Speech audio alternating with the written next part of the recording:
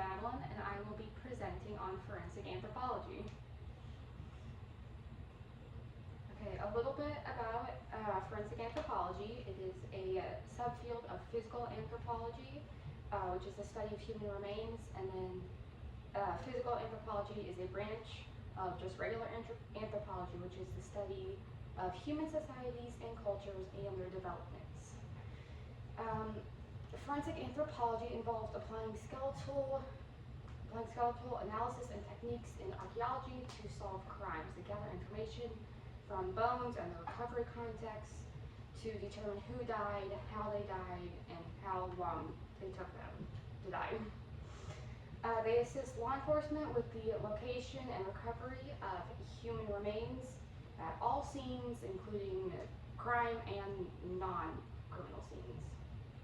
They help to ensure maximum recovery and protection of human remains and allows evidence response teams to focus upon other items of evidence. A typical part of the job is dealing with the emotional toll as they work with the remains of people who often met violent ends. These aftermaths can be violent crimes, accidents, and natural disasters. Forensic anthropology is one of the applications of anatomical science and anthropology and its various subfields. This can also include forensic archaeology, forensic taphonomy, which is the study of what happens to your body after death. The primary goal of forensic anthropologists is to establish a victim's identity. Brief history. The 13th century, medical examiners have been trying to determine causes of death and to solve crimes. Given that a death can be natural, accidental, homicidal, suicidal, and some are undetermined, forensic science has advanced due to the development of modern chemistry, toxicology, and photography. Early forensics relied on anthropometry, the science of recording measurements of various body parts in the human skeleton. They used physical measurements to determine general biology traits within a human population, as well as population to population and from individual to individual. Thomas Dwight is considered the father of forensics due to his influential publication of The Identification of the Human Skeleton, a medical legal study in 1878.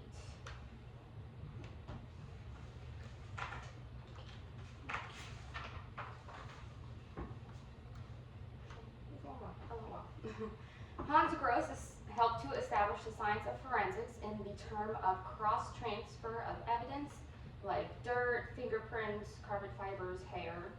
The earliest century, blood research led to the discovery of different blood groups, which increased the value of blood at crime scenes.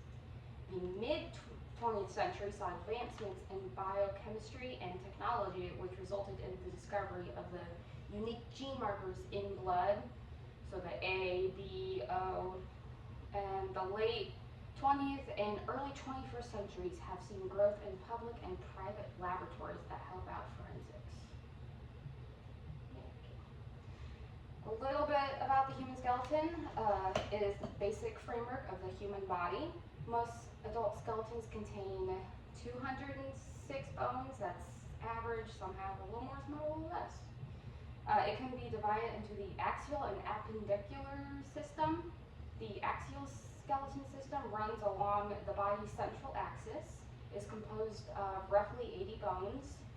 The skull, there's 8 cranial bones, 14 facial bones, 6 auditory bones, and hyoid bone. The thoracic cage, it has 25 bones of the thorax, a breastbone, and 24 ribs. The vertebral column includes 24 vertebrae bones, the sacrum bone, and the coccyx bone. The appendicular skeleton is composed of 126 bones. That includes the pelvic girdle, the upper limbs, lower limbs, and the shoulder girdle. The skeletal system provides many different functions. One is support and protection. It is the framework for the body, and it guards all the internal organs. It protects the internal organs as well as the delicate parts of the body like the brain, heart, lungs, spinal cord, brain, and eyes. Movement, it provides basic structure for muscles to attach themselves to the body so it can move, as well as tendons, which are tough and elastic bands that attach muscle to bone.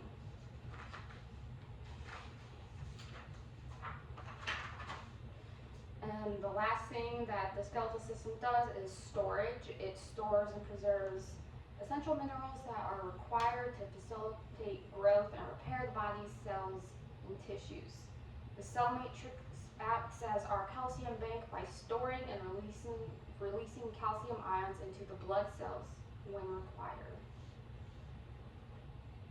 And then a brief overview of decomposition and postmortem intervals.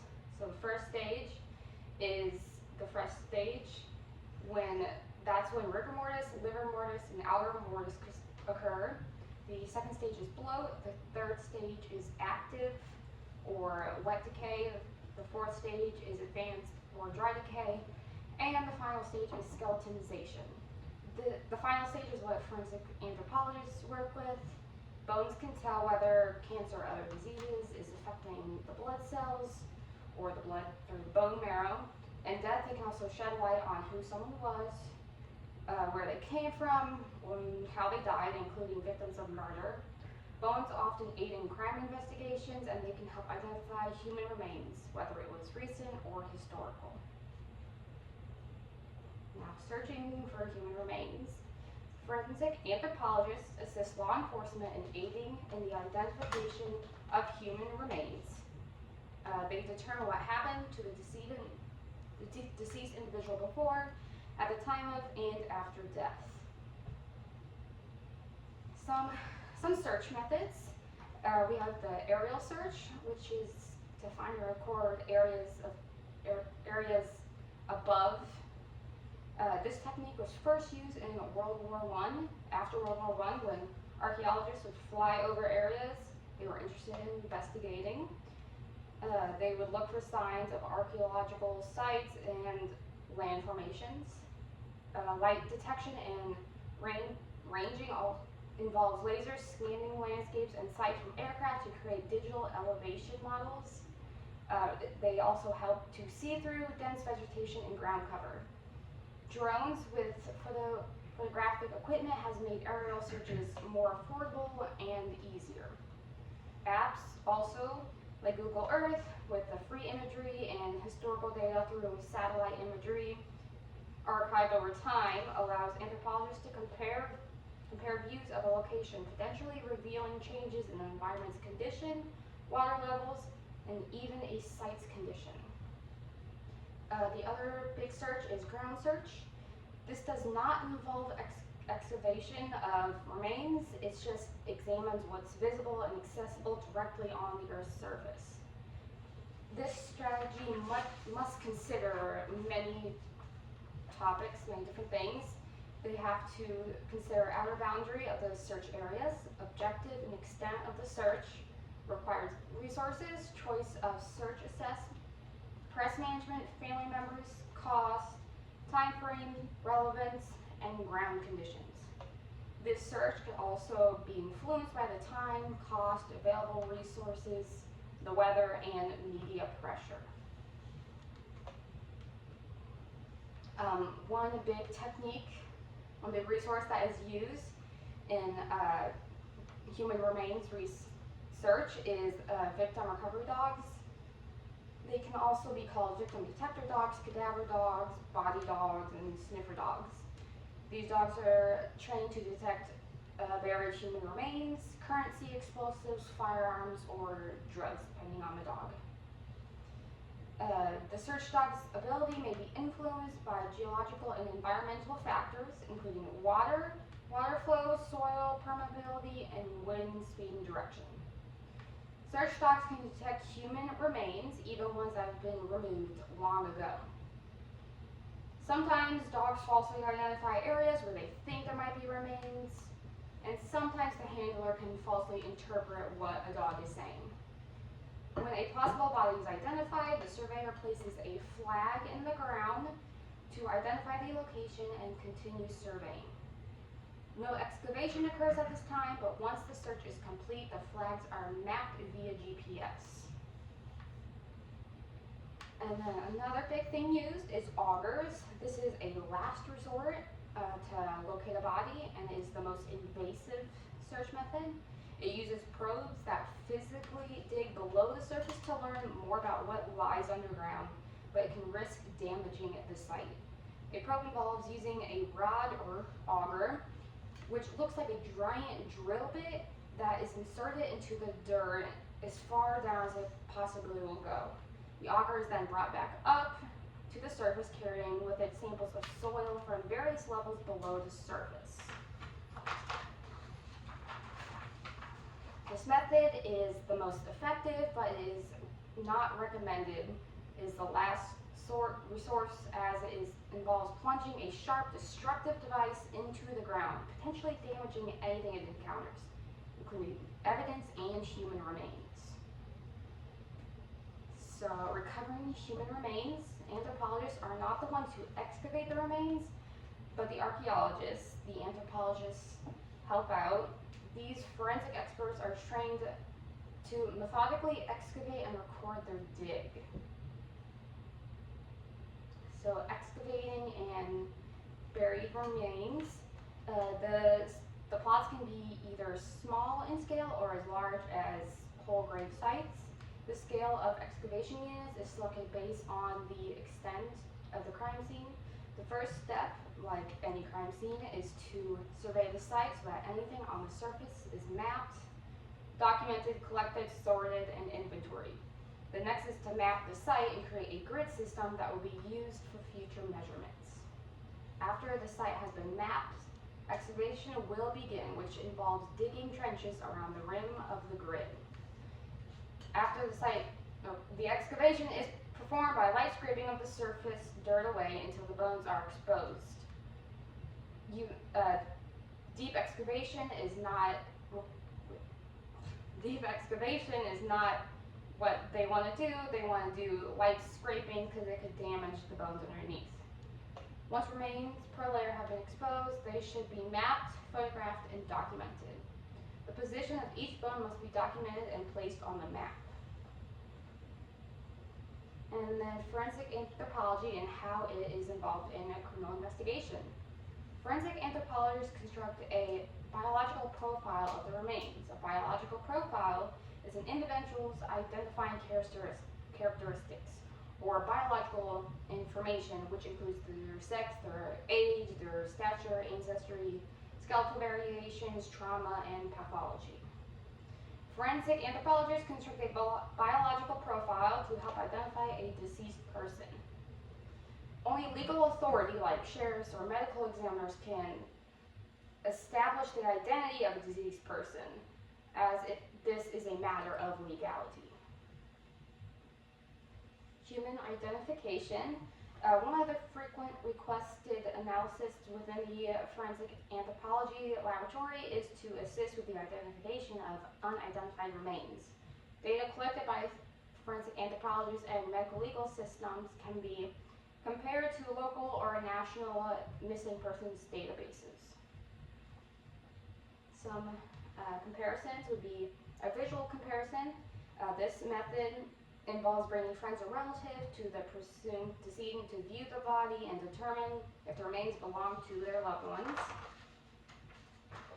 This is only conducted on the remains that are in early stages of decomposition.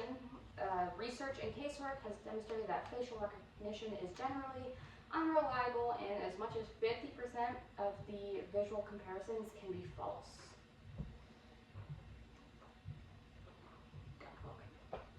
Fingerprints have been accepted as being individually unique to each person.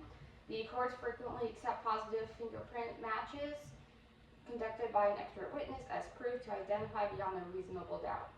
Each finger has a unique pattern of ridge and line characteristics which do not change throughout a person's life.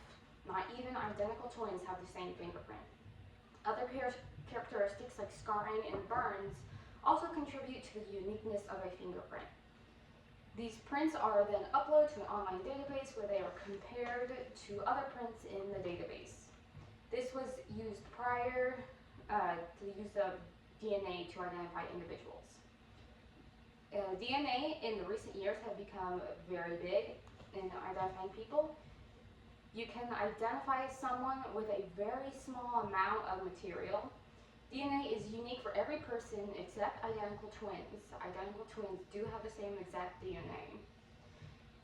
DNA banks for known criminals and unsolved crimes are being established. And then we have radiographs. So medical and dental x-rays are used to find consistency of traits when comparing antemortem records with images taken post-mortem. One issue with this method of comparison is throughout a person's life, their bone is being remodeled, which could create some discrepancies in the x-rays. In conclusion, forensic anthropologists are in charge of many things. They analyze skeletal remains, badly decomposed ones, or otherwise unidentified human remains to solve crimes. They have many roles, which include help with the recovery of human remains, determine the identity of the identified human, and estimate their time of death and hope to give them their identity back. The end. Thank you.